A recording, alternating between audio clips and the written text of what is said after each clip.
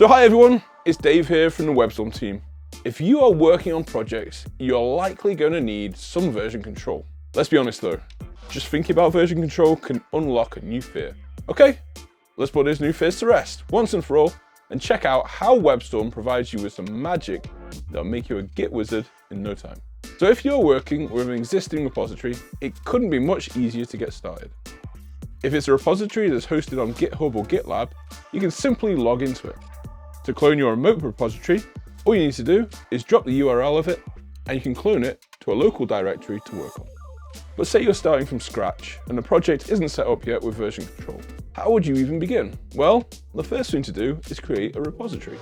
You can do this by going to the version control tab in the toolbar and selecting Create Git Repository. Then you can select a local directory where the repository will be stored. And it's done. So now you see that all the files are this off shade of red.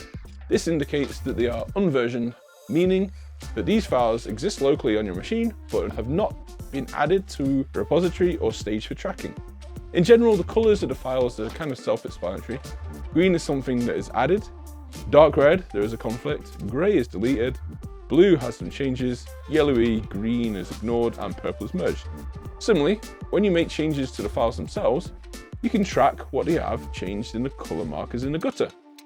Blue is a modified line, yellowish is deleted white space and empty lines, and green is added lines, and a little arrow is when lines have been removed.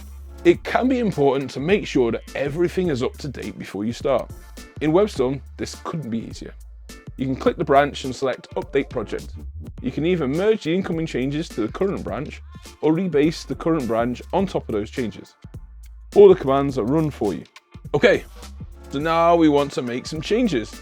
It's really bad idea to make changes directly to the main branch and then force push to production. It's almost as bad as only using code comments to comment out code. Almost. So best practice here is to make a new branch that you'll work on. And let's say you're interested in creating a new feature, we can come here to the main branch and create a new branch from it. This creates a copy of the main branch with all the same files, essentially a working project, and you can start making changes without worrying that you're going to ruin everything. Now you're happy that the changes are okay in the branch and everything works correctly, it's time to commit. In the olden days, before awesome tools like WebStorm, this would mean you'd have to be pretty comfortable in the command line. But I'm too old for this kit. I find it much more comfortable to just select the change files I want to commit and commit them. Also, if you are rocking our AI assistant, you can get it to write the commit message for you, which is always nice.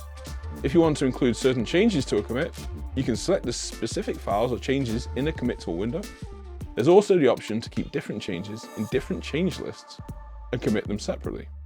And also, if you're wondering what this amend option does, it means you don't have to make a whole new commit each time. You can add changes to the previous commit, which can be super useful if you're just making small changes. Now we're all set to merge the commits, and that main branch includes all the changes we've made and has the new super cool feature we've been working so hard on. The first part of this is to make a pull request to the branch. It is accepted and all is right with the world. But wait, is it? Sometimes things go wrong, and another tool inside WebStorm can make it much easier to find the cause, the Diff viewer. The Diff view lets you quickly see the differences between versions and trace the cause of issues. It's really helpful for code reviews and historical tracking.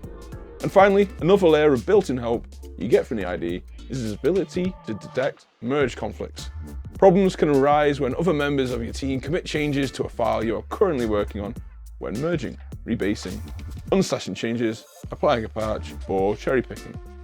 Sometimes you can get away with it if these changes do not overlap. However, if the same lines were affected, your version control cannot simply randomly pick one side over the other, and you'll need to resolve the conflict. In all JetBrains IDEs, WebStorm included, you'll be shown the conflicts dialog when a conflict is detected. In this dialog, you have the options to accept yours, accept theirs, or merge the conflicts. So everything is resolved and all is good in the world. You can actually trace back all the changes in the editor using Git Blame. Right-click the area on the left of the editor and select Annotate with Git Blame.